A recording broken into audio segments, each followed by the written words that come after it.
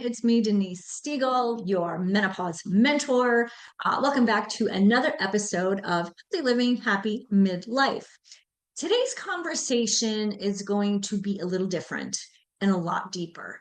We're talking about something that every one of us is going to experience at some point in life: grief, change, and transformation.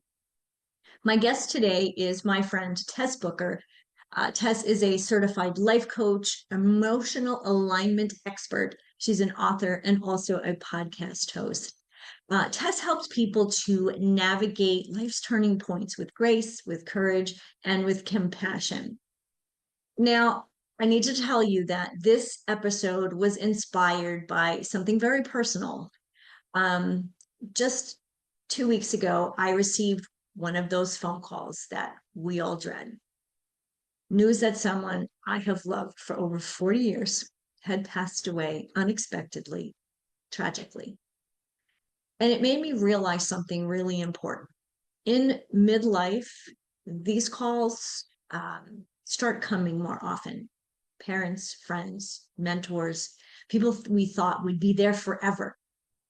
So today, Tess and I are exploring how to navigate that grief, not just as women in midlife, but also as coaches, as caregivers, and as human beings. We'll talk about what it means to hold space for others while honoring our own emotions, how grief, when seen through a different lens, can actually be a pathway for growth and transformation. So if you've ever felt lost in grief or unsure how to support someone else who's hurting, this conversation speaks straight to your heart, my friend. It's about remembering that grief isn't the end. It's a process, a turning point, and yes, even an opportunity to rediscover what it means to live fully. So take a deep breath, find a quiet space, and join me and my friend Tess for a powerful and tender episode right here on this episode of Healthy Living Happy Midlife. Well, hello, everyone. I am so excited about this conversation today. Um, this is going to be a little bit of a different conversation for me and my guest. So I'd like to introduce you to my guest, Tess Booker, who is a certified life coach, podcast host, and author who helps navigate life's turning points. And turning points is exactly what we're talking about today. Tess is a mom, a wife, an author, as I mentioned, entrepreneur, and emotional alignment coach. I think this is important, with a heart for healing and a passion for purpose. So she is the founder of Inspired Living Coaching, where she provides a safe, empowering space to define what success means for you and lead you into taking bold steps to claim it. So, Tess, thank you so much for being with me here today and having this conversation. So I want to ask you a little bit about you and how you got to this place in your career as a coach. Well, life teaches us, right? Yes. It comes from the life experiences of chasing dreams that didn't come like how I expected. The ups and downs of marriage, the ups and downs of having children, the empty nest, all the things that life has taught me about that separation that I made between my life and my business, and me learning how to navigate to that being whole. And so I really had to learn how to address my business emotionally, because it was what was holding me back and setting me, actually sabotaging me in so many ways, right? And so when I started getting really clear on my alignments, who I wanted to be with, what was in my soulful journey, as well as my action and taking those bold actions, and making those not so separated. They're more integrated. I started to feel good in my body, feel good in my mind, feel good in my soul. And that is those sweet spots that have gotten me to be here with you, being bold with my voice, expressing myself better, and serving in a greater way. So, thank you so much for having me here, Denise. What a beautiful conversation we're about to open up. Yes, and it's interesting how this is appropriate. You and I had this call scheduled, and yet things that have happened in both of our lives in the last month or so are actually dictating this conversation. So to start, I said earlier, this conversation is going to be a little different. You know, in midlife, we know that at some point we're going to get a call, and it's not going to be a pleasant one. I received such call 2 weeks ago, not quite 2 weeks ago. And uh, my girlfriend, who I've known for over 40 years, her young daughter called me to tell me that she was tragically killed on September 24th. And that, I still say it, and I still actually don't believe it's true, although I just came back from her funeral. So these conversations or these phone calls are they're going to come, and I'd like to talk with Tess about how we manage them. How do we, as a person who is grieving, who's receiving those calls, but also from our perspective as coaches, how we can help our clients. So Tess, I'd like for you to kind of come in here and give me your thoughts. um, I'm your client and I just told you this. What is that first conversation that you and I have? What does that Well, look like? what I understand about the neurology that affects our actions and how we show up and how we respond to life Mhm, is that emotional impact creates change. mhm, And so when you get a call of somebody dying that you're not expecting, that's emotional impact. mhm, So without addressing those emotions and without allowing someone to feel what they need to feel and have the safe space to do that, I think that lessens the outcomes if we don't allow our clients to do that. Does that mhm. make sense? It does.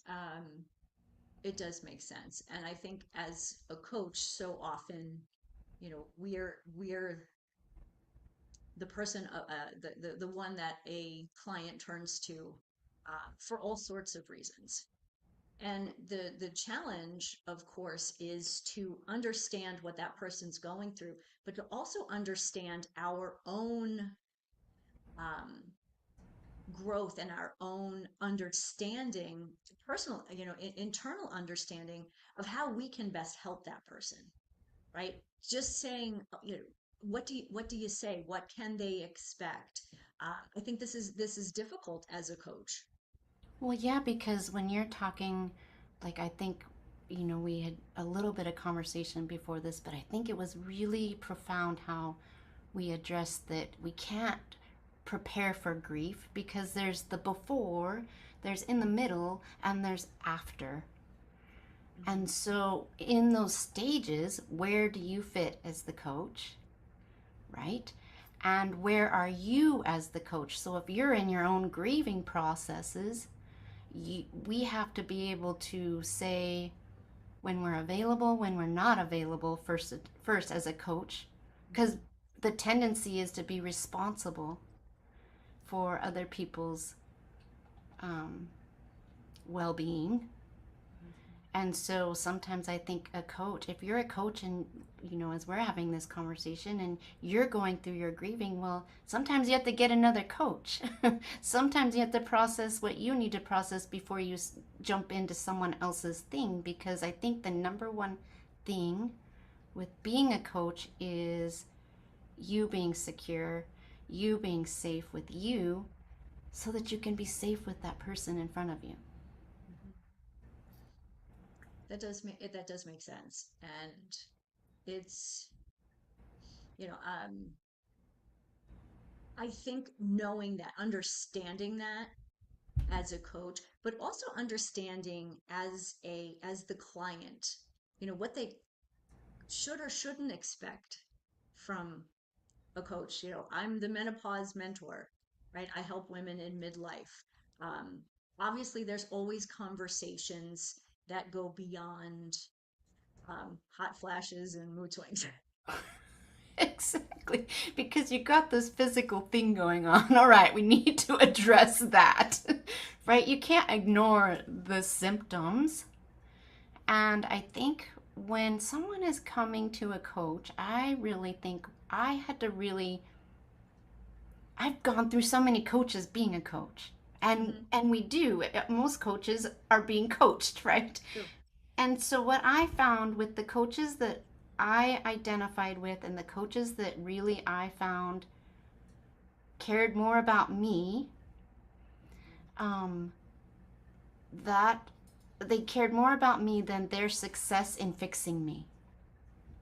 Ooh, the fixing part. Yes, there's Right? always that. They cared more about where I was at, where if I could implement what they were asking, if my knowledge needed more knowledge, or if I needed to back out and just be in expressive mode, whatever I needed, and they if they were present to that, and it was Mhm. I knew that it was more important than them getting the results that they were looking for. That was the coaches that I wanted to be with. Right. Because as a coach, the result, each person comes to us in a different place and different space, right? Um, this grief piece, you know, we've all experienced grief at some point in our lives, right? And whether that person has managed that and gone through the grieving process, accepted, or is it still sitting back there? That Well, is and that I Denise, think is difficult. do you know that grief isn't even an emotion? Okay, explain what grief is, please. Grief is a process. Grief is You're right. full of every emotion you can have. Grief has anger, sadness, happy, joy, trusting, not trusting, loving, hating. Every emotion comes out in grief because we're losing something and we don't know what we're gaining. That is a interesting perspective. What are we gaining? Is it, and I don't know, and maybe We don't it's know. different for everybody. And it's different for everyone. So it is interesting. As soon as you said, grief was not an emotion, I kind of laughed. I'm like, Yeah, you're right. It's just all of them. They say that there are five stages of grief, but we just named like eight or And nine you different don't know emotions. what your client, where they're at in that grief process. Your job is just to get them to the next step. They may grow out of you and need another coach, Mhm. or they may stick with you for a little while, or whatever that is. But our job is just to get them better than what they were, not to fix anything. Mhm. I love that you said that because I think so often when I have talked to potential clients, they're looking for a fix, whether it's that quick fix, diet, or give me a program, or give me a something. And it's not exactly that, right? It Denise, is, they know what they need. They just need to uncover it and explore it for themselves. Most people know what they need and they will get what they want. Our job is not to figure that out. We just allow people to have the choices, and we can we can give the options. We can give a different perspective, but does it mean that they have to take it? true. No. That's true. I think you're right. That is true. It's looking at something from a different perspective. It's asking questions that they may or may not have asked themselves. Right. And sometimes one session can do that and get their clarity. And sometimes it's a longer process. And sometimes you have to say no, and sometimes you say yes. And it's allowing all of those things to come up so that they can see themselves. So they can see themselves, yes, through grief, through the process.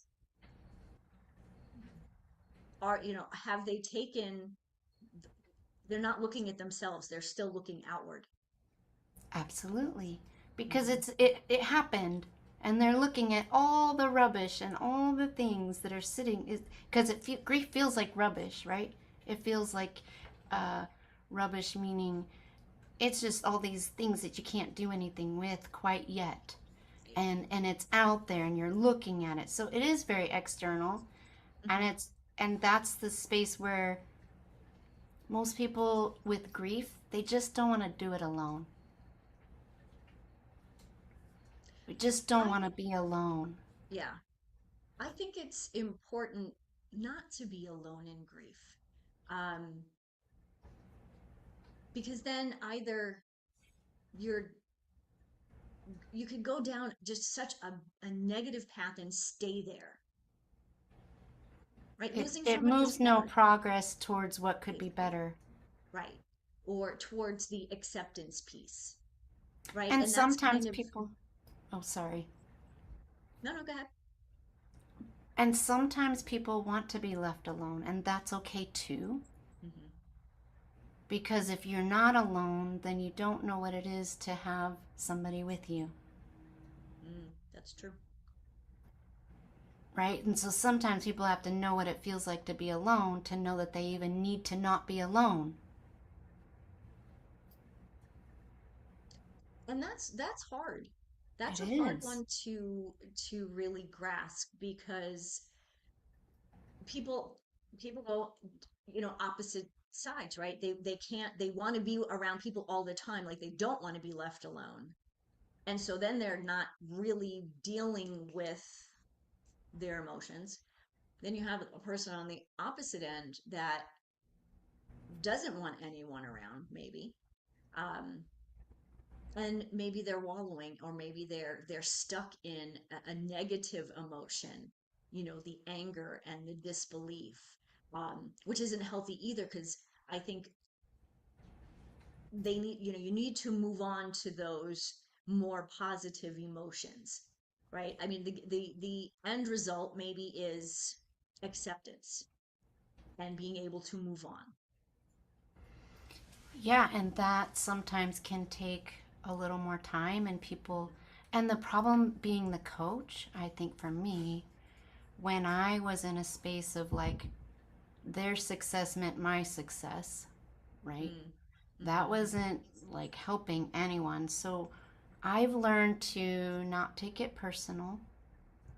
I've learned to give people the space if people aren't showing up, right? They don't show up because they maybe there could be many things. It could be they don't feel safe, maybe they just need to be alone, maybe Hmm. they're in their own angst, but giving the client the space to do that and allowing that to happen is really important in the process because now I can have take off all the judgment around it.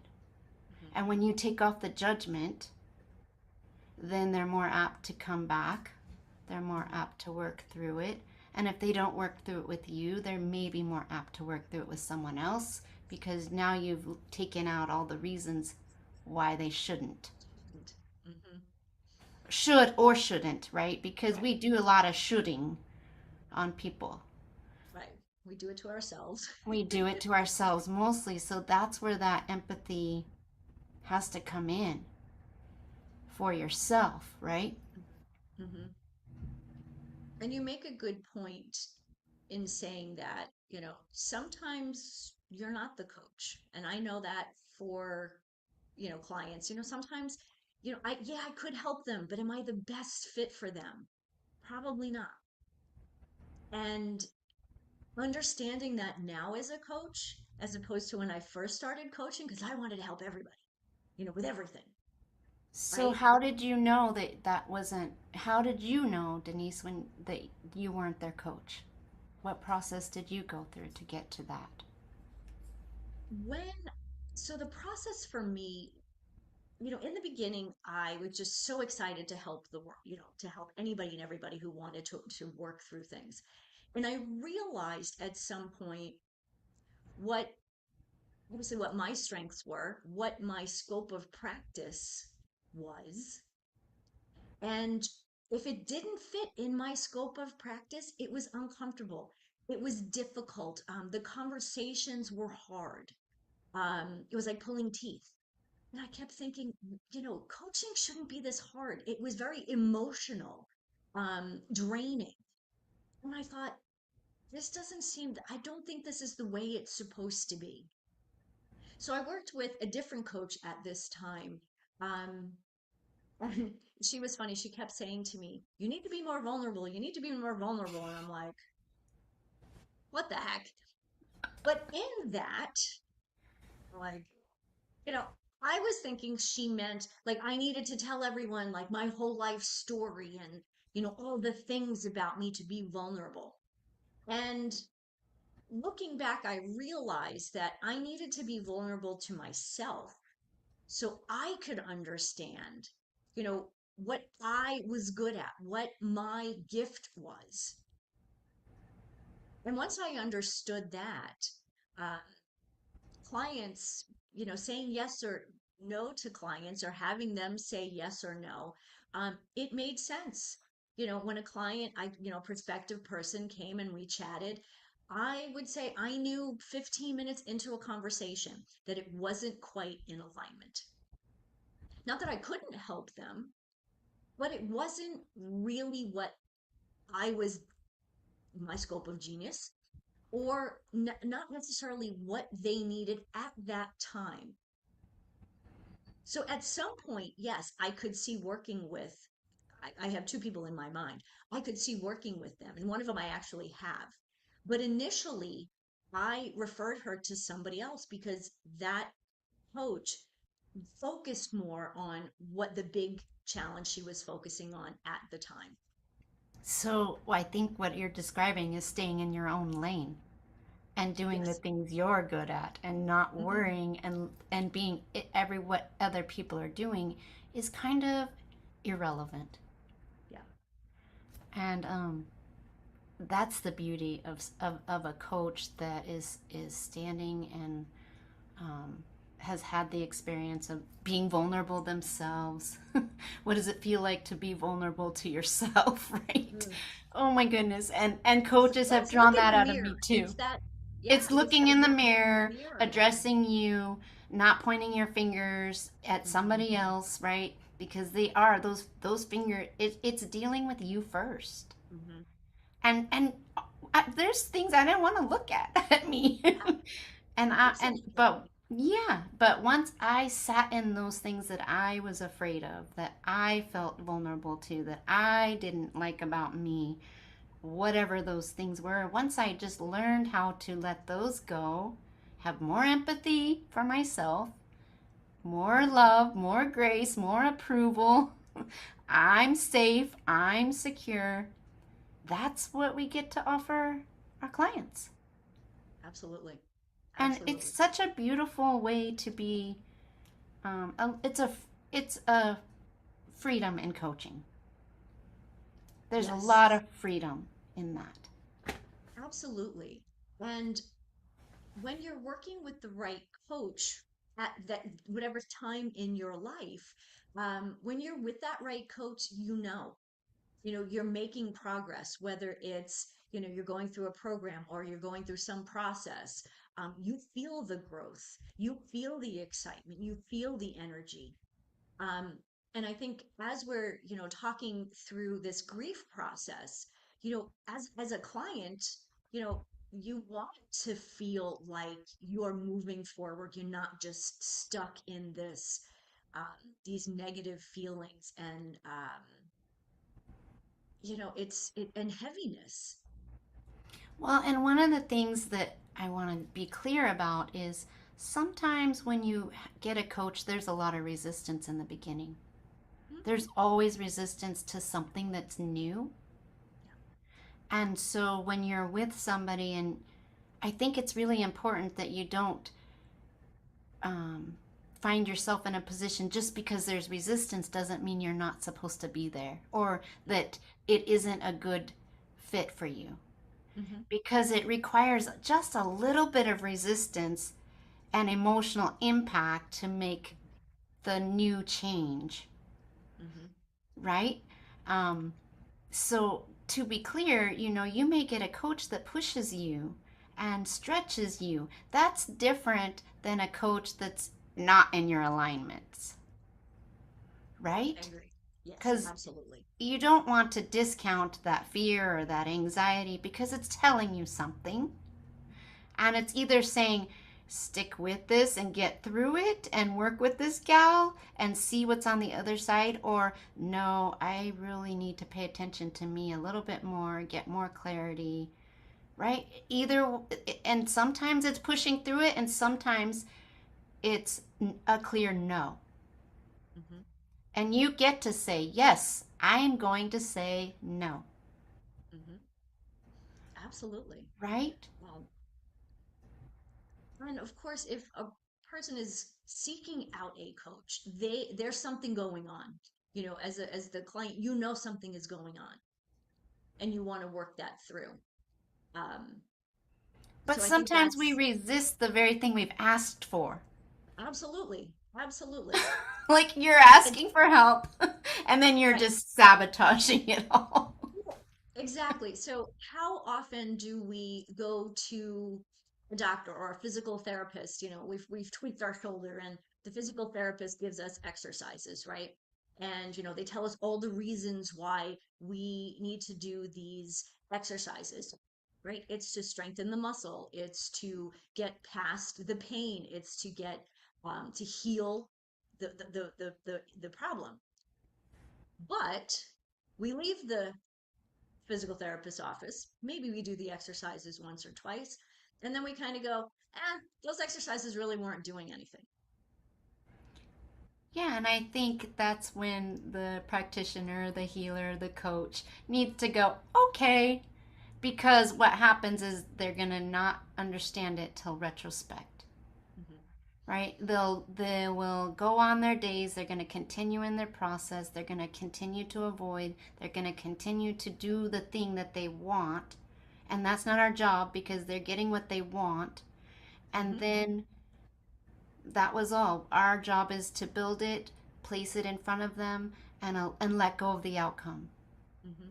Because there were so many coaches I showed up to, Denise, and did that same thing. I mean, I was scared, I was anxious, I wasn't even comfortable in my own skin, let alone being with them who wasn't comfortable in their own skin. And then you're just like mingling, and it's messy sometimes. And that messy, you don't even know that it was part of your process till it's over, it's gone, and you look back and you go, "Oh, I'm glad I had that."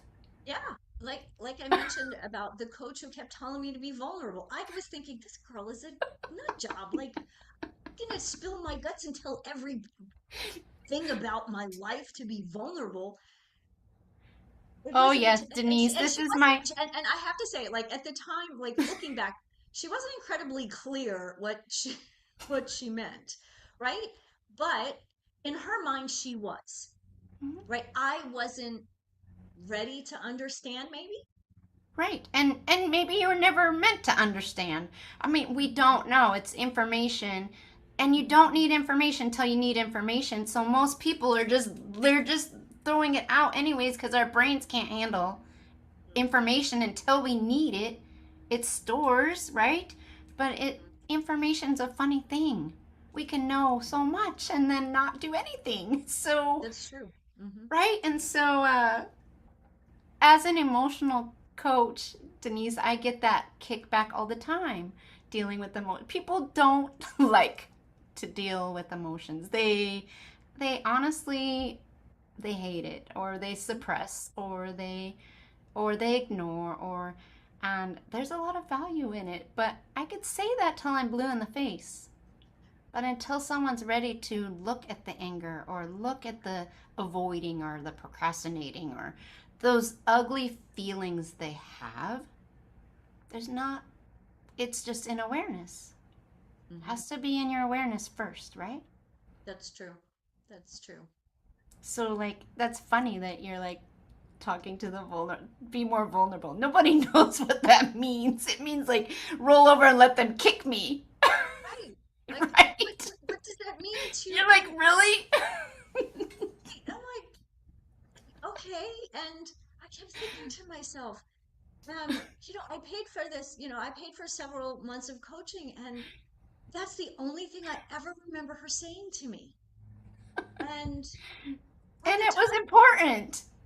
at the time it wasn't. Right, At least I didn't realize that it was. right. It didn't mean anything to me at that time, Until right? it But needed to mean something. exactly, all these years later, Hmm. when I realized, oh, shoot, That's I not get what it. she was saying. That's not how that meant. I mean, we Mhm. just like we get these ideas and we have to rewrite the story Yeah. and find the gift. So like in the grief, we talked about you're gaining something, right? You don't know what you're gaining. There is a gift, but it's not my job to tell you what that gift is. It's your job to go, okay, I'm going to go through this so that I can find that. What can be better? What is possible? What have I gained from this? Hmm. There's Right. something to be gained Hmm. in the loss. Yes. And when it's new and it's raw, obviously No, that's not something you're going to see. Um, right. but there is also there are opportunities that um, come because of this loss. Um, for example, with my friend's daughter, she and I have known each other for, since she was a little girl, and we've spent time together. Um, I said to her, I said, you know, I'm still here for you. Let's continue our relationship. Like, your mom would be happy that, we're supporting each other because we love each other. She's an amazing young woman. And so the opportunity here was, now I have a little bit more presence in her life and her in mine. That's an opportunity, but then again, that's a gift too. Right. And present, a gift, presence, gift. I mean, it's in my mind, I love words and playing on words. So it's like it presence is a gift. And to be clear about the grief, I have a lot of people in my life that I recently watched address grief so beautifully.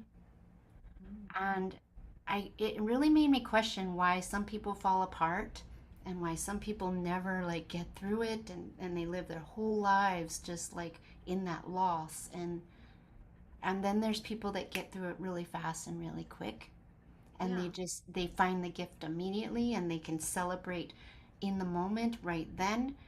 And honestly, because I know that's a possibility for people to just go straight into the loss, into the celebration pieces of it, it gives me hope that we can do it, Mhm. because I have evidence of people doing that. It's our job to look at somebody and allow them to show us, and that's what it is. We get to show it by being it. Right. And we all want to have hope. We never want to, as soon as we lose hope in life and love and humanity, what's the point of going on, right? You're That's a not very good living question. anymore. You're just surviving. And then we go into the automatic and the Mhm.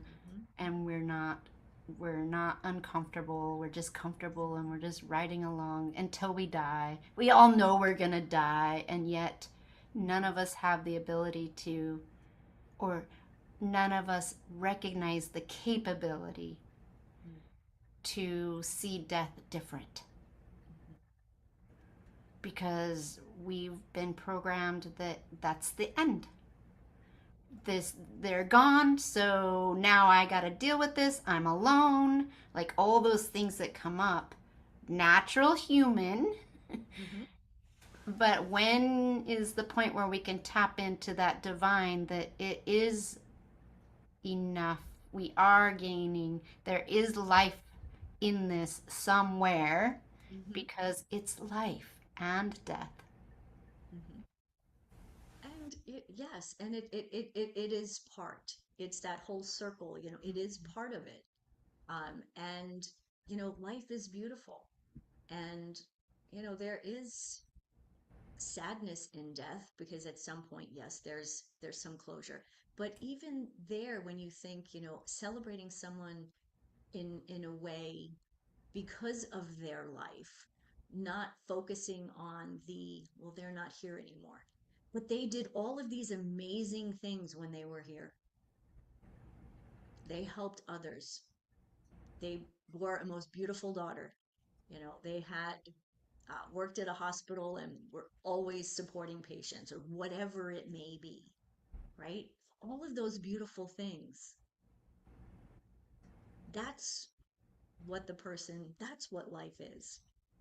And I think I'm it's sure. honoring you and being sad that they're gone, but honoring them that they're not gone, because they left all those pieces, Hmm. right? Exactly. It's not like somebody goes and you forget about them. They're still in your heart. And Now. it's honor, right? It's like this awe of you and them, Hmm. because you are now part of them and they're part of you. And how does that separate? You're always going to be a mom. You have a daughter. You're not going to not be a mom anymore, or a grandma, or a friend, or whatever that relationship you had. How do you separate that? Yeah, you're right. You know, th- why separate it? And why separate it? But Yeah. we like to separate because we have a mind, and we have a body, and we have a spirit, and it's fragmented. And when it gets fragmented, we're not clear, we're in confusion, we're frustrated, we're ashamed, we're guilty. That's when you're just not living the best life. Hmm. And of course, the person who's no longer physically here, they would want you to, I mean, move on, continue with life. Like instead of just, you know, yes, it's a change. I mean, yes, life is change, Yeah, that's right? the Most point. of We're our losing, we're clients gaining. come to us because they want change as much as they'll fight about it.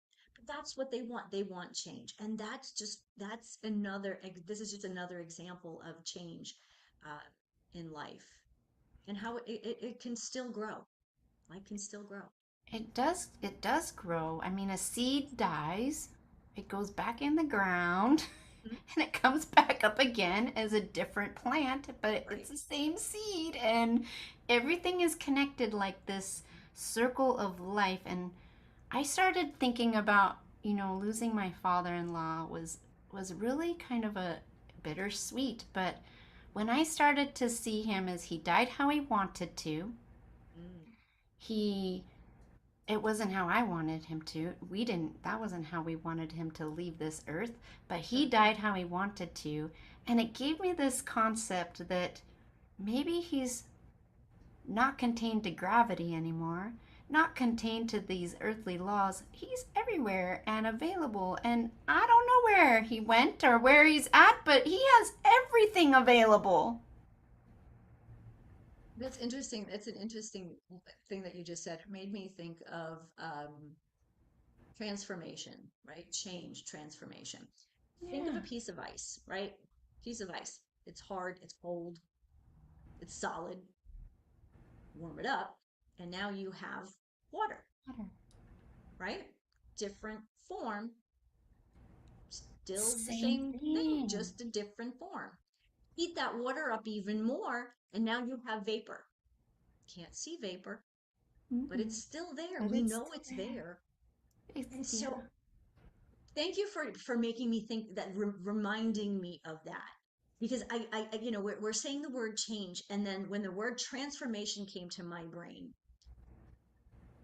that It's still water in that transformation. You're not going to, the properties have not changed. right. It's how it shows up. Mm-hmm. Mm-hmm. And that's And comforting what too. if, what if my father-in-law, he was in a lot of pain, there was a lot of suffering, there was a lot of grief that he wasn't processing, and I understood all these things in his life. When I recognized that there's none of that for him, it actually made me happy. Yeah. Yeah. Interesting, right? Because I never, I Very. had to process that as, Sure. yeah, and went through that. But when I got perspective of that Mm-hmm. transformation, that nothing really changed. Mm-hmm. That's interesting, right? The properties are still the same. It just Right. appears different, looks Mhm. different, and Right. is different. Right. Which is what we said earlier. It's just the different perspective. It's just a different perspective. And we're constantly getting different perspectives in every moment. And Denise, just like us sitting here, we're giving space for each other to have those different perspectives, process it a little bit. And then I have lots of questions still. I mean, I'm going to get off of here and go question things. And this is, Sure. I mean, this is the whole idea of being able to hold the space Mm-hmm. for people to feel safe to have conversations like this. Yes. Yes. Their conversations are not always easy, but they are available for people. There is safe space. And it's important to agree and disagree and to have all of that in there Mm-hmm. because that's how we learn. Yeah, exactly. I mean, I And think on this planet, we are all here to learn. mhm. That's what we do. We learn. Is be curious, continue to be curious, continue to learn something new, continue to learn something about yourself. That's living. That's the key is just like it because no one's going to be you except you. No one's going to fix anything but you. Or and maybe nothing's broken. That's a Hmm. concept. That's a good concept. Right? That's a Hmm. concept. But it's finding those congruencies of your body, your mind, your spirit that actually brings the peace that passes all that Hmm. understanding. Right. I love this conversation. Thank you so much for this. We're at closing at this stage, but I think we're at a good place here. Yeah, I agree. And thank you so much. Tess, how can our listeners find you? Because I know people are listening and they're going, yeah, yeah, Denise, the menopause lady. I need to talk to that Tess lady. Where's that Tess? And How do I my find that my Tess clients Booker? are going, yeah, I need to talk to that Denise lady too. Like, So hello, hot flashes. yes, hot flashes because we're in this middle age. Like, what is going on with our body? Right? And I love Exactly. that. Always That's something what new. I love this cohesive space that Hmm. you're giving me opportunity to be with you. Thank you. And you can find me at tessbooker.com. That's basically Thank where you you'll for find me. making that so easy for people to find you, Tess. So everyone, tessbooker.com. That will be in the show notes. Um, any last thoughts, Tess, before we sign off? Beautiful. There you go. Beautiful. I love it. Thank you so much. This was a Yes. lovely conversation, and I think one that so many people really needed to hear, whether they need it today, tomorrow, or next week. This is available for people to understand, you know, change and grief and transformation that is life. Yeah. Thank you, Denise. Thanks everyone for listening to us today. We will be here again next Wednesday, 12 p.m. Pacific time. Till then, I leave you with this: healthy living, happy midlife. Thank you for joining me for another episode of Healthy Living, Happy Midlife. My hope is that today's conversation left you inspired, encouraged, and ready to take the next step toward creating a vibrant, fulfilling life that you deserve. Remember, you don't have to settle for fatigue, brain fog, or frustration. Midlife is not the end of your story, it's the doorway to your next best chapter. And I'm here to help you walk through it with energy, with confidence, and with joy. So, if you're ready to take this journey further, I invite you to schedule a free strategy call with me. The link is in the show notes. And together we'll design a plan that works for you at this time in your life, for your body.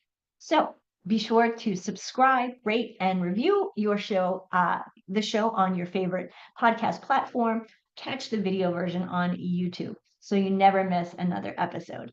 Share it with a friend who needs to hear that midlife can truly be the most powerful season of her life. Until next time, I'm Denise Stegall, reminding you that healthy living, happy midlife is just possible. It's yours for the